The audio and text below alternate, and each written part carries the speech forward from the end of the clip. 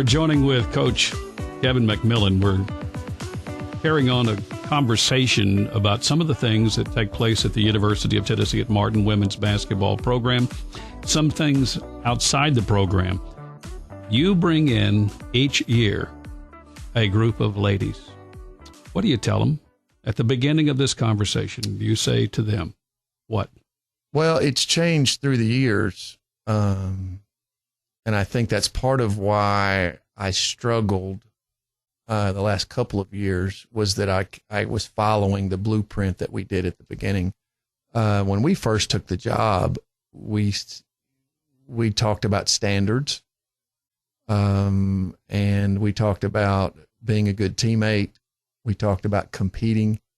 We talked about work ethic. We talked about ownership. And then you didn't quite have to give the same speech the second year, because you had a lot of people back from the first year. So you could hit some high points and then let them teach. Because the key for me in building the program was getting the players to own it and police the standards themselves. When they do that, you've got something. And so we created that here, luckily, in 2010, and it turned into championships in 11, 12, 13, 14, 15, 16. And around COVID, there became a change. And so what I'm going to have to do now is basically every single year, I'm going to have to give the standard speech from 2010 every single year, regardless of who's returning and who's not. And we're going to have to talk about the things that are important to the University of Tennessee at Martin. And that's discipline, that's tough, that's execution, that's being a great teammate, that's being accountable for things. And a lot of times those things that I just said are bad words these days, but they're not. They're not, because it's something bigger than just you. How many players do you have today that you know are going to be on the court or on the bench, whichever it happens to be?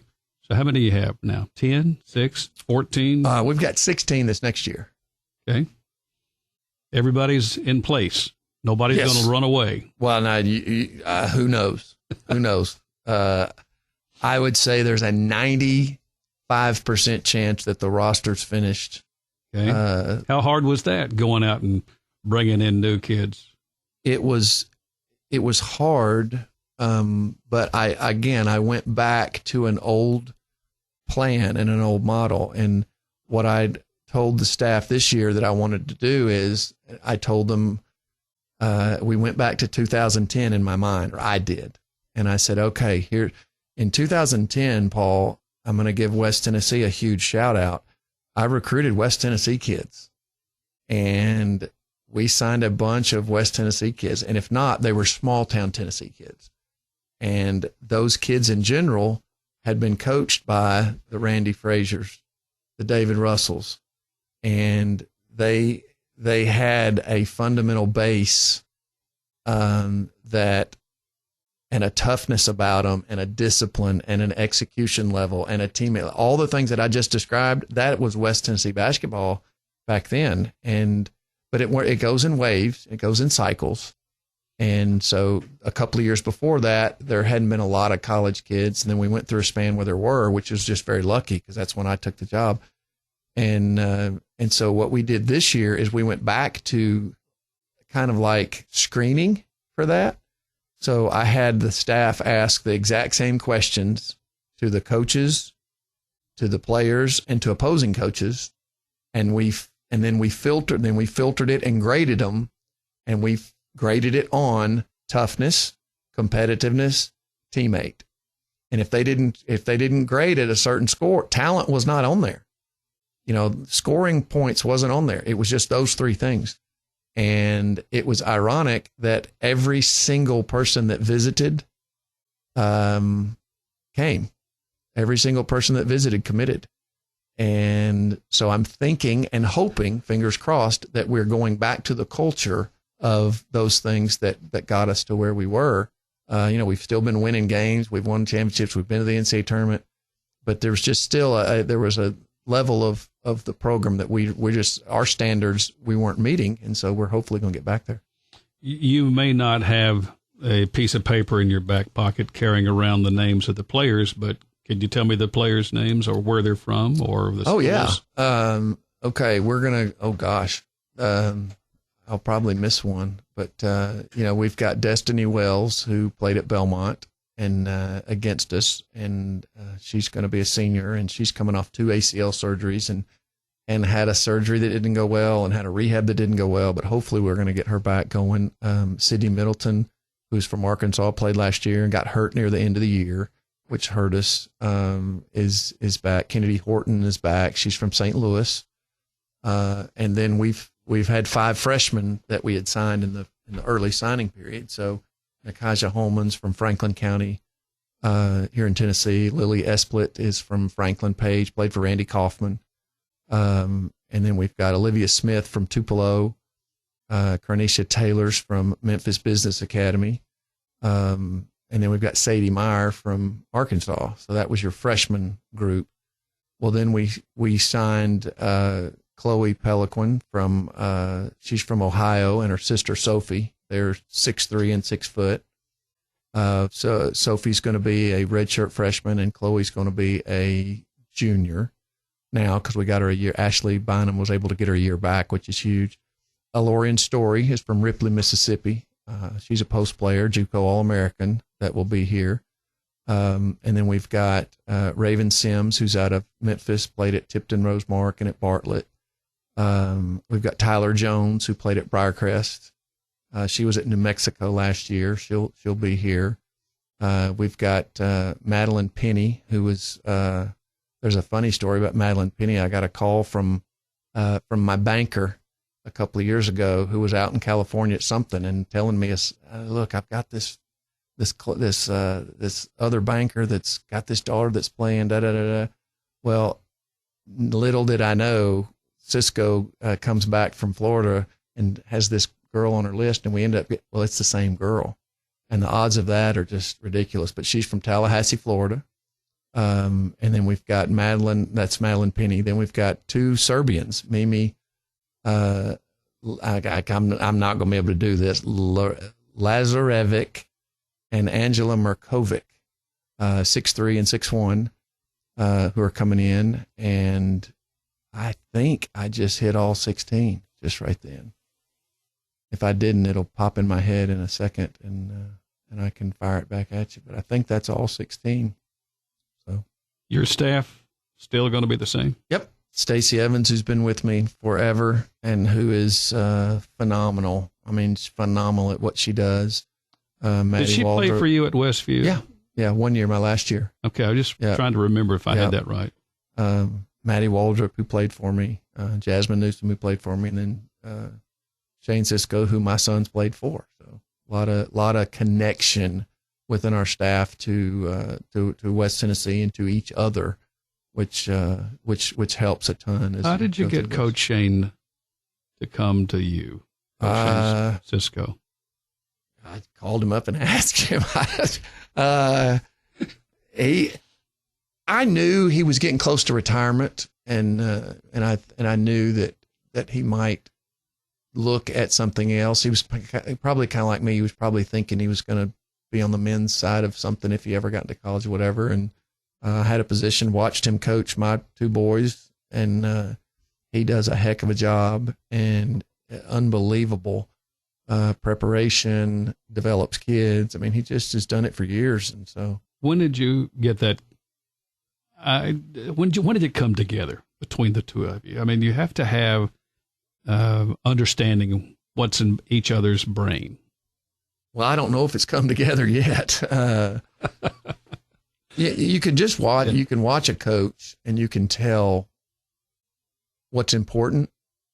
How competitive they are, and watching him coach my sons, he would rip them, he'd pat them on the back, he would push them. He was very good at game planning, and so I've just said, look, you need to take these things and run with them. I knew he was going to have a learning curve the first year. There's nothing like going through a year or going through, any job you take, you can be as prepared in the world. You can take all the education you want for it, but until you get in the job for a year, you really don't know. And so but basketball is still basketball. So, but he had some really good game plan stuff this year that helped us win games. And just watching him through his career, I've known he would be somebody I could work with. Speaking of career, Coach, when I look back and I look at that beautiful facility, Cal Luther, how was he impactful on you? Oh, gosh. Coach Luther, I don't remember the first time that I met and talked with him. I know it was over Princeton stuff back in the day, but I know that he and I became really good friends, and I invited him to any practice that he ever wanted to come to. I'd let him work with the girls anytime he wanted to. Usually I'd have to cut him off because he'd take off and get on a roll. One of the things I saw and listened to, Coach Luther had stories that he's connected to John Wooden, like direct connections to John Wooden. He's got direct connections to national champions from the 60s and the 70s and the 80s and the 90s. And you listen to him and he's just rolling it off his tongue like it's nothing.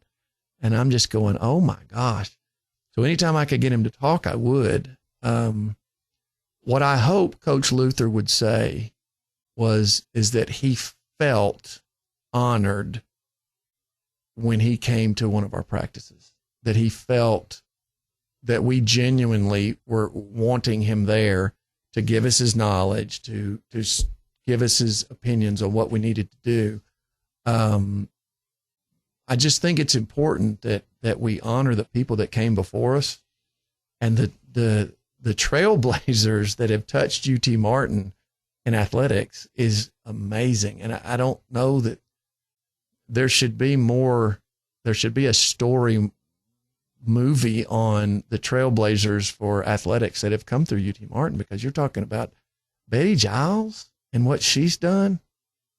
Kids today wouldn't do the stuff that she had to do to help women's athletics. Pat Summitt, Cal Luther.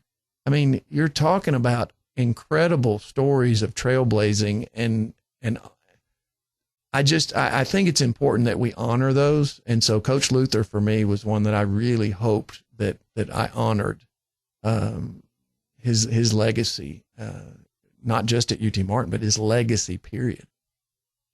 You have a schedule yet? Getting close. Are you going to have Murray State on the schedule? Not this year. We're going to play next year. Why not? Why not now? I don't know. I tried to play every single year. Soon as I got out of the league, and Rochelle, for whatever reason, couldn't work it out. And now we're starting up a 4-year deal, starting not this season, but next season. We do have Mississippi State coming here. We have Butler coming here. Hopefully that'll be good crowd games for our fans. Why not Murray? What's the connective that we need to bring them sooner as opposed? And I realize it's not happening, but I mean, I think when she first got out, we were at a place in we were really, really good, and they were getting good. I think she wanted wins, to be honest with you, and we weren't a guaranteed win. So I think that was it. Well, now they're really, really good. And so now they're ready to play, and that's fine with us. We'll do it anytime. Let me, by the way, if you've just joined us, Kevin McMillan, Paul Tinkle, we're talking about a lot of things at the University of Tennessee at Martin women's basketball program. I want to ask you a question pertaining to what's on your heart, what's on your mouth, what's on your shoulders. And the reason I say that, because I don't know how many times I have listened to you on the radio at the end of your broadcast, the local broadcast, and you brought up a subject that I think is tantamount to continue to have the kind of support that is needed at the University of Tennessee at Martin, men's and women's basketball. And you called it out. I mean, you were pretty strong about what you had to say. Is we've got to have fans in this arena. You want to pick it up from there? Well, I think the negative about UT Martin and West Tennessee is, well, it's positive. Everything's kind of got a positive and a negative. And the problem with UT Martin is I wish it wasn't named UT Martin, because it infers that Dresden is not involved with UT Martin, and that Union City is not involved with UT Martin, and South Fulton is not, and then I could keep going. For whatever reason, Murray State has its men's program. Let's be clear. Its men's program has figured out how to galvanize Western Kentucky, and their crowds are huge. We started that with our women. We got to 2014 or 15. We were top 60 in the country in attendance, averaging almost, pushing 3,000, like 2,500. But I think what we need to do is try to figure out how to galvanize West Tennessee. But I don't know that that's even possible anymore with ESPN Plus. People can watch games from their home, and kind of hard for me to argue. I had a long day at work, and okay, here's my choice. I can go to the game, or I can go home and get my dinner and pop on ESPN Plus and watch the game.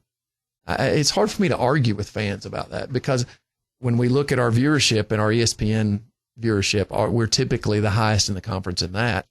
And our attendance is also at the highest in the conference, or very close. So, but I don't think the fans understand the impact that they have on the game, for the student athletes. I just don't think they realize. And my dream, I guess, before I retire in this is that we have a season where we average 3,000 or 4,000 people at a game watching these kids play. I will say this though, if our kids aren't playing like I described earlier, disciplined, tough, sharing the ball, playing hard, then don't come. Absolutely do not come. Or I don't care if you come in the stands and you want to boo us. That's fine with me, because we better honor the people that are coming to support us. And the great thing about fans in West Tennessee through the years is they're extremely smart, and they understand and they respect when you play the game a certain way. That's kind of what has been what was so good for us, back when we started. But we also may have gotten to the point that our fans are a little bit spoiled, because we have been really good for a long time. But I hope we can get back. The men are doing really well. I just would hope that we can get our crowds back up to where they are kind of the talk of college, because for years I was supposed to go to the Final Four and give a speech on how to get fans in the stands. And I kept telling them, I said, guys, it's not me. I said, I tell you what, you find a school that's in a hotbed for girls basketball that has Lynn Dunn, Betty Giles, Pat Summitt, all came from that school. And then you start winning with Heather Butler and Jasmine Newsom and Megan.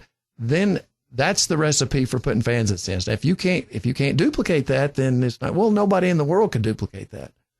But we still have that legacy here. We now have added to it, because you now have WNBA players, you have All-Americans that have graced that court over there. So I hope we can get the crowd back up, supportive of both us and the men. But I do know in today's world, it is a lot to ask for people to come to as many games as we have, and as long as the games are. And I'm really thankful for the crowds that we do have. You got a big game or a couple of big games, SEC games, or any of those? Yeah, Mississippi State will be here on the Sunday. I think it's the 8th or 9th of November. Then Butler will be back the week later, the 15th of November. So we've got 2 Power 5 teams that are be coming here to play. And then we're headed to Missouri to play, and we're going to Texas El Paso to play. And we've got a tough schedule. Maybe a schedule that will get our kids ready for what they're going to have to do. But I think that's what you should do every year for your team. Are you having to pay a lot of money to get your basketball players to come play? That's a loaded question, Paul, because what's the definition of a lot of money these days? I'll throw a couple of numbers. $50,000 for everybody? No. But I would bet you money that it's going to be there in the next 2 to 3 years. I think the men's teams are already there. I think every men's team in the country is probably paying that much for players. $50,000 for all of the team? Or probably the majority, if I had to guess. I'm not greatly in that world, thank God. But did you ever have somebody to come up, one of your players, one of your wannabe players, recruits, did the first thing out of their mouth come, or maybe the third or fourth, how much are you going to pay me? Now, and I don't know how that works. I don't have any idea, but you're going to educate us here. If that came out, it would have been this year. And if that came out as one of the first 3 questions that someone asked us, we would mark them off and move on, because they don't have the priorities that we have. And if you don't have the priorities that we have, it's not going to work at whatever level. It's not going to work. Wow. But second or third conversation, I'll put it to you this way. For the first time in my career, I talked to over 40% of our roster has an agent, and that's never been the case. So very quickly, you're talking about money. You're talking about perks. You're talking about timing of things. And that just has not ever been a thing, but it is now the norm. And it's very quickly going to be everybody's got somebody. How can you, excuse me for saying these words, how in the dickens can you deal with all of that and then got to coach the basketball team? I mean, those things are going to be outside, but they're on the inside. That's why you're hearing, and I laughed at it when I first heard about it, and then I quickly did not laugh about it. That's why you're hearing the word general managers in college sports now. These people literally, that's all they do, is that they manage your roster and they manage the agents.